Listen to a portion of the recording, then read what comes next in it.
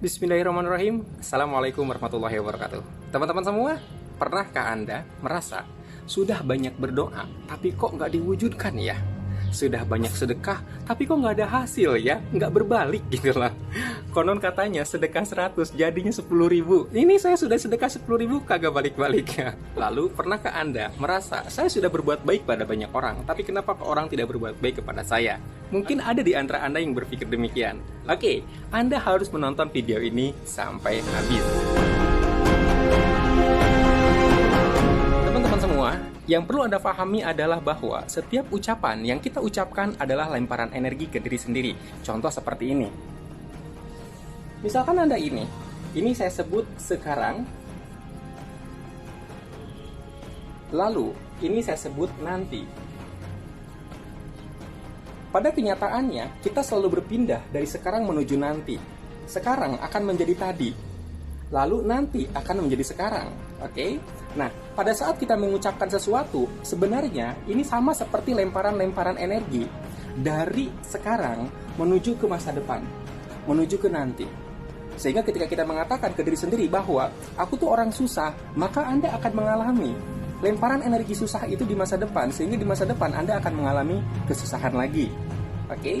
Atau dengan kata lain suka mengatakan bahwa ya saya kan orang miskin gitu loh. Jadi saya kan nggak bisa, maka semua kata-kata itu akan menjadi lemparan energi Anda ke masa depan. Sehingga Anda berusaha untuk bisa juga nggak bisa, karena kan Anda sudah berdoa berulang kali. Sekali lagi, berulang kali berdoa, saya nggak bisa, saya nggak bisa. Atau saya orang susah gitu loh. Nah, saya ingin mengatakan kepada Anda, ada beberapa kata yang mungkin Anda tidak sadar bahwa sebenarnya itu bermakna tidak bisa, bermakna susah. Kalimat apa yang sering diucapkan itu? Perhatikan ini. Oke, kalimat pertama yang merencanakan kemiskinan adalah kalau punya uang, pinjem dong. Sekarang perhatikan, kenapa kalimat ini menjadi rencana kemiskinan, rencana kesusahan? Sebab hanya orang yang miskin yang akan pinjam uang, sementara orang kaya akan menjadi peminjam uang. Ketika Anda bercanda, kalau kamu punya uang, pinjam dong, berarti kalau kamu punya uang, aku miskin dong. Oke, sekali lagi, pinjam uang karena Anda tidak punya uang alias miskin. Maka sering-sering bercanda dengan kata-kata kalau punya uang pinjam dong. Sekali lagi, itu ibarat doa kalau Anda mau menjadi miskin. Maka wajar kalau seandainya usaha sebanyak apapun, sekeras apapun, kok nggak ada hasil-hasil. Iyalah, orang ucapannya juga doanya seperti itu. Itu ya, jadi sekarang Anda sadar ya bahwa kata-kata itu harus dihindari walaupun sekedar bercanda. Oke, kalimat yang lain adalah kadang-kadang kalau seandainya kita dikasih sesuatu sama orang lain, kita jawab, terima kasih, cuma bisa balas dengan doa. Oke? Terkesan agamis gitu loh, terkesan religius, padahal ini program miskin. Kenapa? Karena kalau seandainya katanya cuma, berarti ini adalah satu-satunya kemampuan Anda. Satu-satunya kemampuan yang bisa dilakukan karena ada kata cuma. Maka cuma bisa balas dengan doa. Satu-satunya balasan kekuatan Anda untuk membalas kebaikan orang adalah doa. Anda tidak bisa menambah dengan plus-plus yang lain. Oke, ini sama saja Anda mempersepsikan di masa berikutnya Anda akan ada di posisi cuma alias tidak punya apa-apa selain doa. Ini juga program untuk miskin. Saran saya, ketika Anda diberi, Anda boleh berniat untuk membalas kebaikan orang. Tidak sekedar dengan doa. Mungkin tidak perlu diucapkan. Tapi sekali lagi, jangan sampai Anda mengucapkan kata-kata ini cuma dibalas dengan doa. Ini sudah rencana untuk menjadi miskin. Oke, selanjutnya kata-kata apa? Kita lihat. Kata-kata selanjutnya adalah mahal.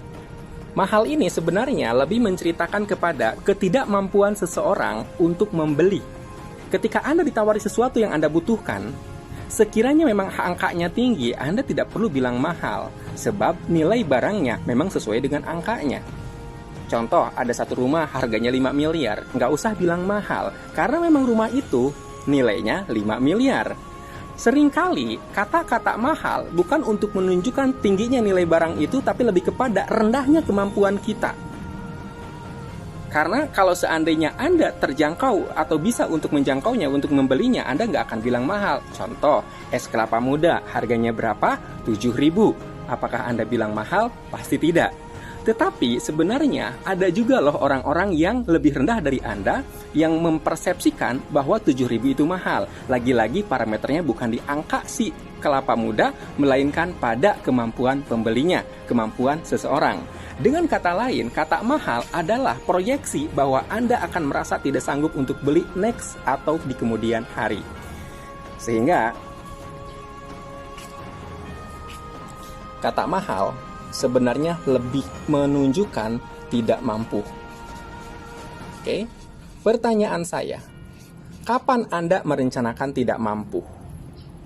Ketika Anda ditawari, katakanlah beli rumah, ketika Anda mempersepsikan bahwa itu mahal, Anda membatasi diri Anda untuk tidak bisa mengakses angka itu, nilai itu, kekayaan itu. Jadi saran saya, jangan pernah bilang mahal. Oke teman-teman semua, yang berikutnya adalah fisik sih sehat tapi dompet sakit. Oke, apa sih maknanya? Maknanya adalah Anda mempersepsikan secara fisik Anda sehat tetapi secara keuangan Anda sakit. Itu sama saja merencanakan keuangan Anda selalu sakit. Dari kata-kata ini, berapa kali yang sering Anda ucapkan? Mudah-mudahan Anda tidak pernah.